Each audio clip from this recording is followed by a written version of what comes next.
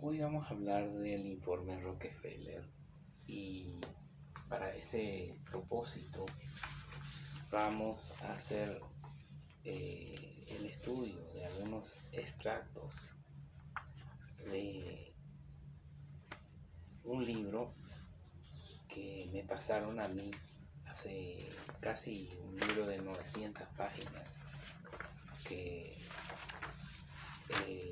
se titula en portugués Sella feita a vossa vontade. Acá tenemos la foto de la portada del libro. ¿Y de qué habla este libro? Este libro habla de la acción de la Fundación Rockefeller en América Latina, ¿verdad? Especialmente en los años 60, 50, 60 y 70 y 80 también, pero más en la década del 70. En realidad la gente cree que los menonitas no son personas totalmente alienadas a la operación de las organizaciones o de los grupos de las ONGs, y eso es falso. En este libro, Sella feita a vossa vontade, hágase tu voluntad, es una alusión al Padre Nuestro. Dice este autor, Gerard Colby y Charlotte Tenet, en la página 739 del libro, el profesor Miguel Yácez Sardi, gran antropólogo paraguayo, habló de condiciones peores en la parcela paraguaya del Gran Chaco. Los indios Ayoreo y Tomarzá fueron forzados a escoger entre la rendición y el trabajo, como peones, o la lucha contra el avance de la frontera de la dictadura del general Alfredo Stroessner. Eso estamos hablando de la década del 60, en que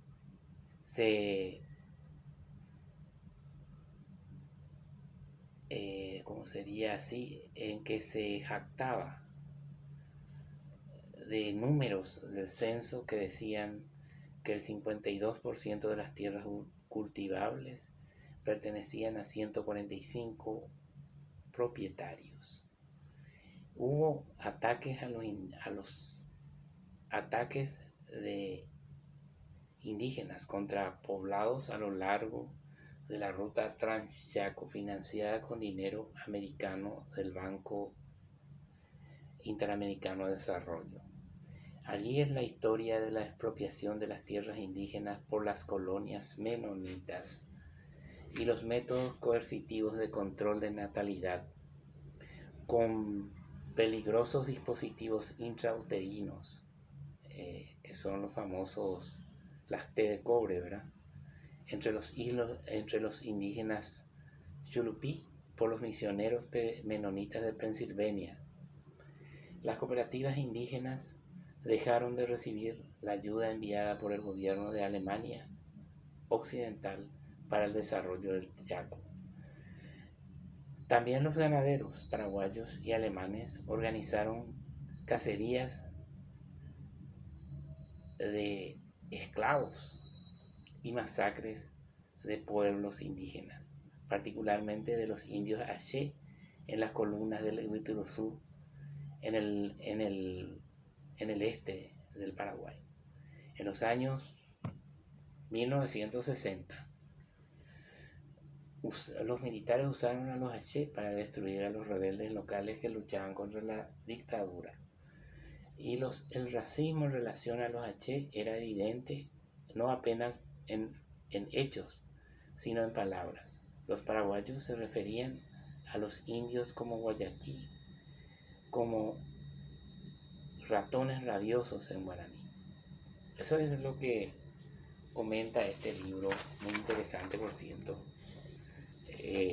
de la conferencia que ocurrió en Barbados, ¿verdad? En Barbados. Entonces, ahí en este libro vemos lo que se dice la hipocresía de algunos grupos biblicistas, pero en el caso de esto la iglesia, los menonitas, son uno de los fundadores de la llamada Reforma Protestante, con Lutero, con Calvino, entonces con Zwinglio, y entonces Simón Meno también formó parte de ese movimiento, ¿verdad? Eso un poquitito para entender cómo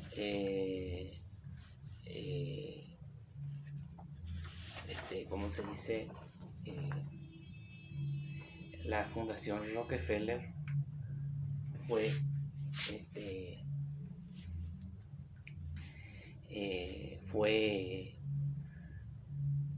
produciendo estos actos de alguna forma, de una acción directa, y una acción directa, ¿cómo se dice?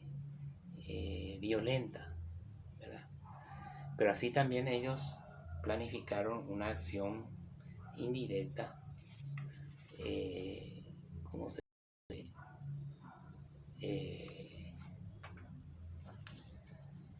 Con los grupos, estos nuevos movimientos religiosos protestantes que se fueron degenerando a partir de la década de los 70 en adelante, ya con grupos locales, de personas locales, ya no con misioneros extranjeros que fueron entrenados por el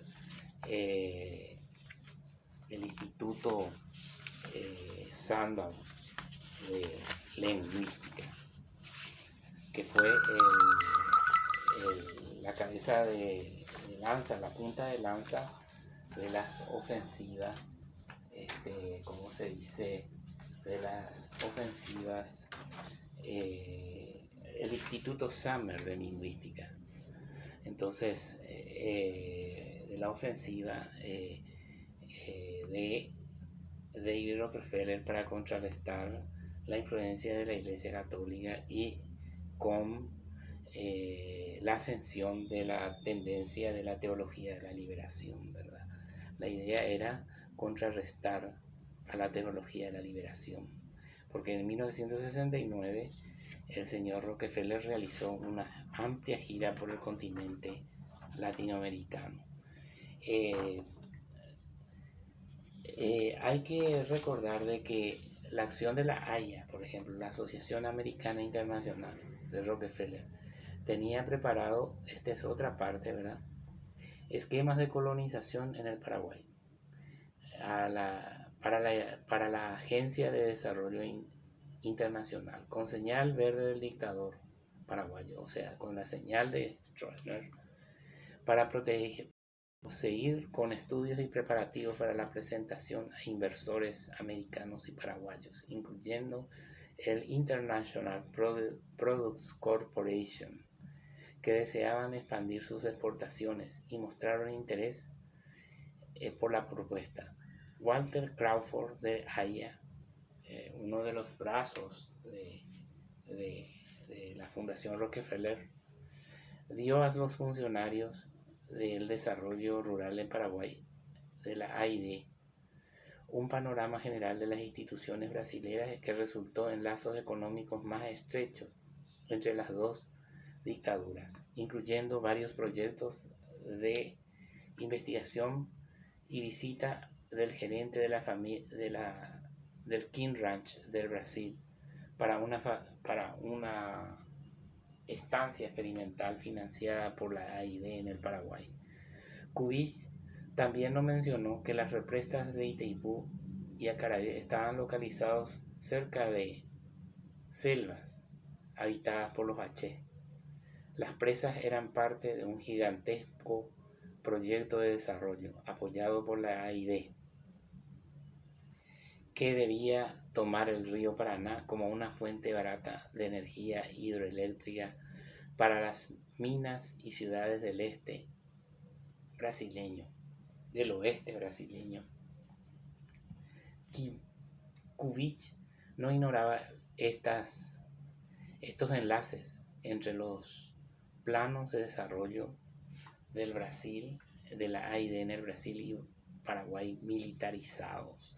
O sea que en realidad la Fundación Rockefeller sostenía la militarización del Paraguay y del Brasil para el desarrollo y para la acción de sus programas económicos, y así no tener oposición a esos programas. O sea que haz lo que yo digo, pero no lo que yo hago. Entonces, esa era tener el monopolio de los negocios, ¿verdad? Él fue el jefe de la misión de AID en el Brasil entre 1962 y 1965, cuando la agencia estaba financiando gobernadores y políticos que conspiraban contra el presidente Joan Goulart. Después del golpe, Kubitsch se volvió jefe de la sección del Departamento de Estado en Washington, providenciando el regreso de los préstamos de la AID, que fueron la sustentación de la junta militar que financiaron los primeros esquemas de desarrollo de la conquista de la Amazonia. Este trabajo llevó para el lado de Kissinger como supervisor para toda América Latina. O sea, estábamos hablando de Henry Kissinger. En esa época Henry Kissinger era una persona conservadora. Hoy en día es otra cosa. Genocide en Paraguay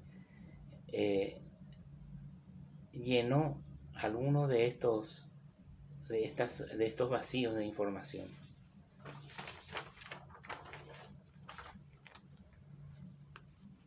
El libro continúa el relato completo del antropólogo alemán Mark Munsell y su experiencia entre los H entre 1970 y 1972, nuevas tribus, que asumió la reserva H y que su administrador fue forzado a renunciar,